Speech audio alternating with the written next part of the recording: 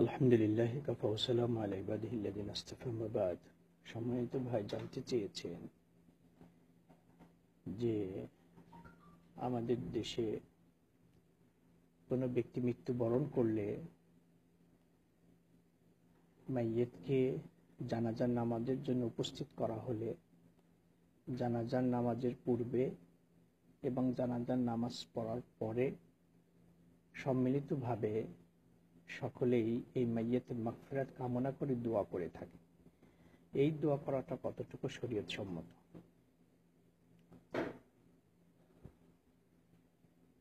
আমাদের আত্মীয় স্বজন যারা মৃত্যুবরণ করেছে, আল্লাহ তাদের সকলকে জান্নাত নসিব করুন।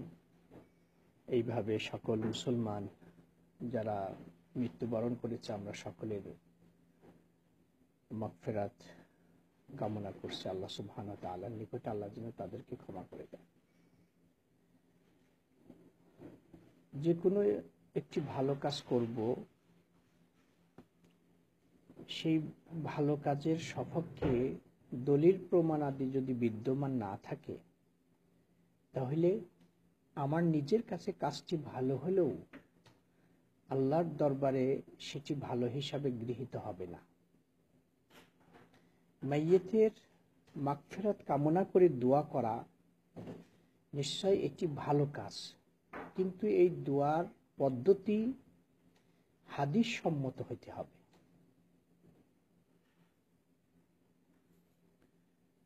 জানাজার নামাজ পড়ার পূর্বে এবং নামাজ পড়ার পরে সম্মিলিতভাবে মোনাজাত করার যে প্রথা সমাজে চালু আছে, সেটি হাদিস সম্মত নয়।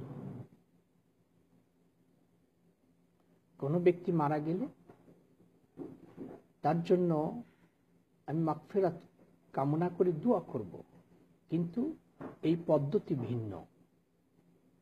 তাছাড়াও জানাজার নামাজের চতুর্থ তাকবীরে অর্থাৎ তৃতীয় তাকবীর দেওয়ার পরে যে দোয়াটি পড়া হয় মাইয়িতের জন্য, সেই দোয়ার অর্থ এতটাই চমৎকার যে দোয়ার মধ্যে মাইয়িতের জন্য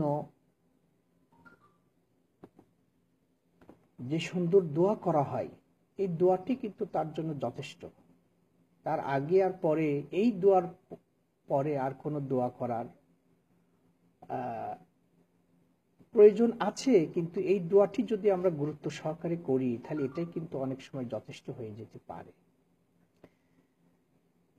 কিন্তু এই দোয়াটি আমরা না পড়ে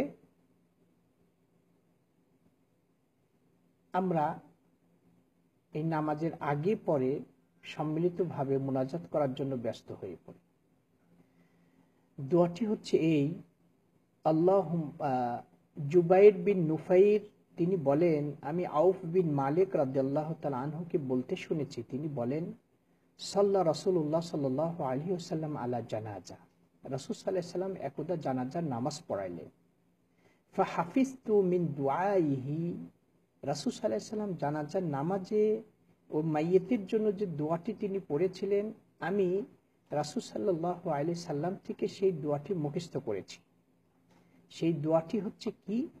যে দোয়াটি রাসূল সাল্লাল্লাহু আলাইহি সাল্লাম ওই মাইয়িতের জন্য করেছিলেন তা হচ্ছে এই, আল্লাহুম্মা গফির লাহু ওয়ারহামহু ওয়াআফিহি ওয়াআফু আনহু ওয়াকরিম নুজুলাহু ওয়াওয়াসসি মুদখালাহু ওয়াগসিলহু বিল মাই ওয়াস-সালজি ওয়াল বারদ ونقه من الخطايا كما ينقى الثوب الأبيض من الدنس وابدله دارا خيرا من داره وأهلا خيرا من أهله وزوجا خيرا من زوجه وأدخله الجنة وعذه من عذاب القبر ومن عذاب النار। এই দোয়াটি এতটাই চমৎকার, অর্থ এর মধ্যে নিহিত রয়েছে। আল্লাহ তাকে ক্ষমা করুন, তার প্রতি রহম করুন, তাকে নিরাপদে রাখুন, তার সম্মান বৃদ্ধি করে দিন, তার কবরটা প্রশস্ত করে দিন, তার গুনাহ খাতা পানি দ্বারা আল্লাহ আপনি ধৌত করে দিন এবং বরফ দ্বারা, যাতে করে তা সে গুনাহ থেকে ওইভাবে পবিত্র হয়ে যায় যেমন সাদা কাপড় পরিষ্কার করার পর পরিষ্কার হয়ে যায়। হে আল্লাহ, যেই ঘরে সে ছিল এর থেকে উত্তম ঘর দান করুন, যেই ফ্যামিলিতে ছিল এর থেকে উত্তম পরিবার তাকে দান করুন, এবং যেই স্ত্রী ছিল তাকে উত্তম স্ত্রী দান করুন, এবং আল্লাহ তাকে জান্নাত নসিব করুন, আর কবর এবং জাহান্নামের আগুন থেকে তাকে রক্ষা করুন। এই হাদিসের রাবি আউফ বিন মালিক রাদিয়াল্লাহু তাআলা আনহু বলতেছেন, হাত্তা তামান্নাইতু আন আকুনা আনা যালিকাল মাইয়িত, আমি ইচ্ছা পোষণ করছি, হাই যদি এই মুহূর্তে আমি মৃত্যুবরণ করতাম আর রাসূল সাল্লাল্লাহু আলাইহি সাল্লাম আমার জন্য যদি এই দোয়াটি পড়তেন, তাহলে আমি কতই নিজেকে সৌভাগ্য মনে করতাম। মুসলিম শরীফের হাদিস।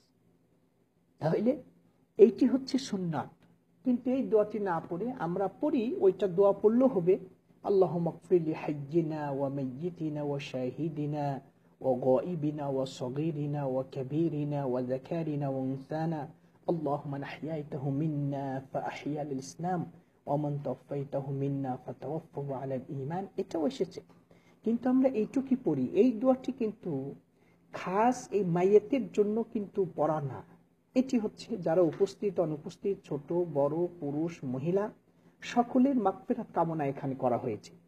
তারপরে এই দোয়াটি পড়ার পরে কিন্তু আমরা এই দোয়াটি পড়তে পারি, যে দোয়াটি কিছুক্ষণ আগে পড়া হলো।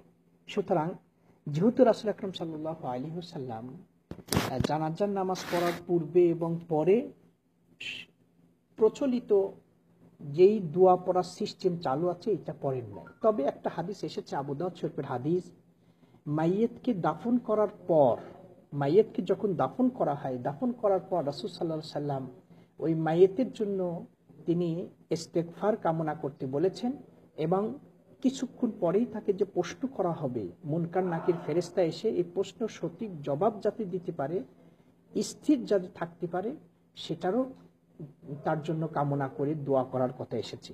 যেমন রাসূল সাল্লাল্লাহু আলাইহি সাল্লাম বলেন, ইস্তাগফিরু লি আখিকুম ওয়াসালু লাহু তাসবিত ফাইন্নাহুল আন ইউসআল। আবু দাউদ শরীফের হাদিস। মাইয়েতকে দাফন করার পর রাসূল বলছেন, তোমাদের ভাইয়ের জন্য তোমরা আল্লাহর কাছে মাগফিরাত কামনা করো, এবং তার জন্য যাতে এই প্রশ্নের জবাব দিতে পারে এই তৌফিক তোমরা তার কাছে, আল্লাহর কাছে চাও, কেননা এক্ষুনি তাকে প্রশ্ন করা হবে।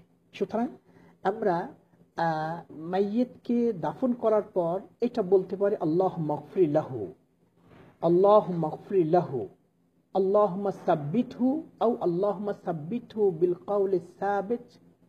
এটা আমরা বলতে পারি, আল্লাহুম্মা সাব্বিতহু, আল্লাহুম্মা গফির লাহু। এইভাবে দাফন করার পরে আমরা দোয়া করতে পারি, কিন্তু এই দোয়াটাও সম্মিলিত না করে আমরা একা একই পড়ব। তাহলে সার কথা হচ্ছে, জানাজার নামাজের পূর্বে পরে সম্মিলিত মোনাজাত করার কোনো দলিল হাদিসে নাই। মাইয়েতকে দাফন করার পরে আমরা আল্লাহুম্মা গফির লাহু, আল্লাহুম্মা সাব্বিতহু এই জাতীয় দোয়া পড়ে আমরা তার জন্য কামনা করতে পারি, মাগফিরাত কামনা করতে, তবুও একা একই পড়াটাই উত্তম। আল্লাহু ওয়ালিয়ুত তাওফীক।